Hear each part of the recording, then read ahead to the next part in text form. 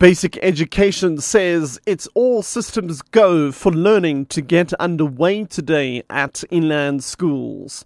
And Cyril Ramaphosa makes his first public appearance when he engages on a series of mass mobilization campaigns in KZN. I'm Richard Brooks. Basic Education says it's all systems go for learning to get underway today at inland schools.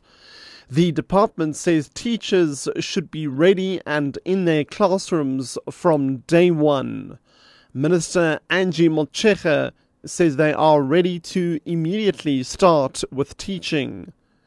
The department says at least 98% of textbooks were delivered to inland schools ahead of the first day of class.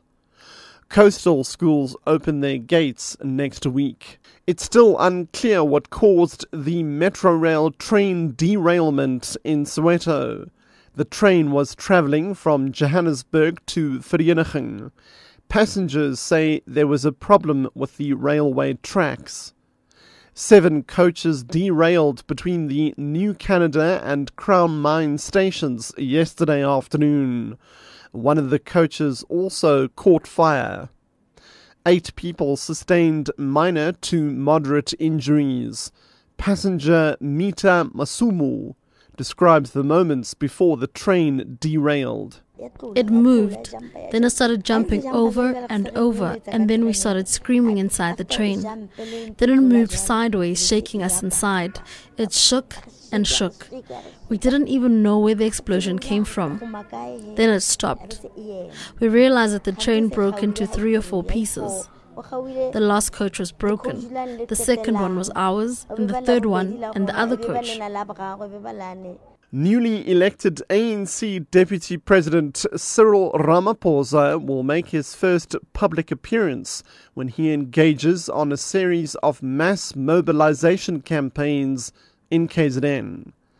The former unionist turned businessman returned to active politics when he won the post for the ruling party's second powerful position after beating his predecessor Kgalema Motlanthe. Tsepo Ekaneng reports.